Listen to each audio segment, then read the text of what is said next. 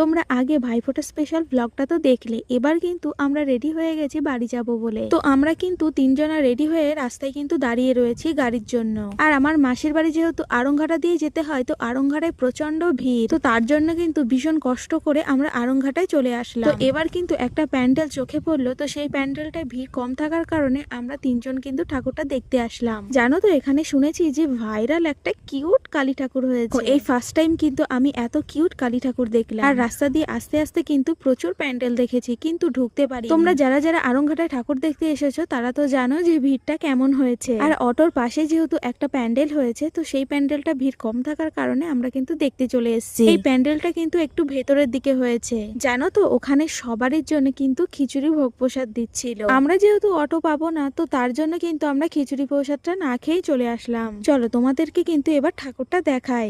দেখো কত সুন্দর একটা সিম্পল ঠাকুর। আর আজ যেহেতু আমাদের সিন্দ্রানী মাঠে ভাইফোঁটা স্পেশাল মেলা রয়েছে, তো তার জন্য দেখো প্রচুর ঠাকুর এসছে। আমরা যখন মেলার ভেতরে প্রবেশ করি তখন কিন্তু 9টা ঠাকুর এসছে। এবার ঠাকুরের কথা যদি বলি, সবকটা ঠাকুর কিন্তু অসাধারণ দেখতে। এখানে সব থেকে বড় যে ঠাকুর শুনলাম, সেই ঠাকুরটাই নাকি ফার্স্ট হয়েছে। ঠাকুরগুলো কিন্তু অসম্ভব বড়, আর প্রচন্ড ভিড় থাকার কারণে আমি কিন্তু অনেক দূর থেকেই ভিডিও করছিলাম। আর তখন কিন্তু সন্ধ্যা 7টা সাড়ে 7টা বাজে, কিন্তু তখনও কিন্তু অসম্ভব ভিড়। আমি অনেকের কাছে শুনেছি ধীরে ধীরে রাত যত বেড়েছে তত কিন্তু ভিড়টাও বেড়েছে। ঠাকুর দেখা কমপ্লিট। আজ যেহেতু বৃহস্পতিবার, তো মায়ের জন্য কিছু মিষ্টি নিচ্ছে, তার মধ্যে ছিল জিলিপি আর বোঁদে।